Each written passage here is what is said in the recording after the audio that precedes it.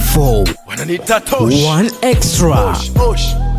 Kichwa moshi hazimtoshi. Ukizitazama hizi video unaweza ukasema Jux yupo maeneo ya Bongo, labda yupo Masaki au Mikocheni, kwa namna ambavyo mashabiki wamejitokeza kumtazama na kuonesha upendo mkubwa juu yake. Hii ni video ambayo imechukuliwa kutoka Nigeria, ambapo Jux yupo kule.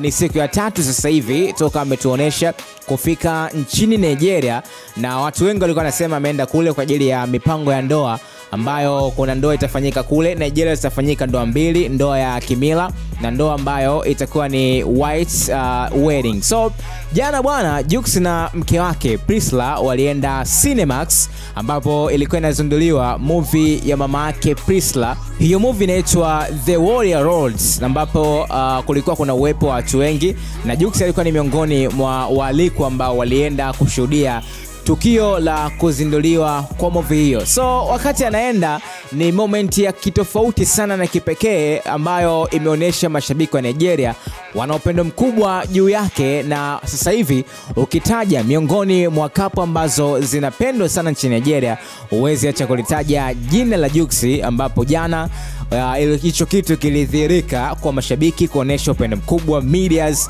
zilikuwa nyingi kushuhudia tukio la Jux na mke wake Priscilla. So na kuwekea hizi video mtiririko wake, utazame namna ambavyo Jux alipokelewa na wa Nigeria.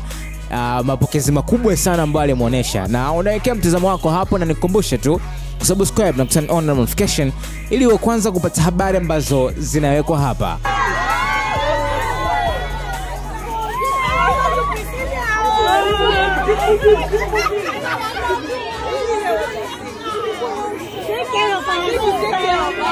You can see you are doing it.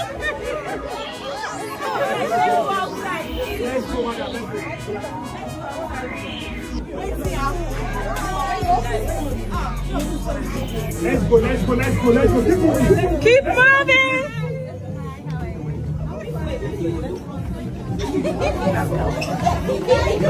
Info wananiita Tosh One Extra.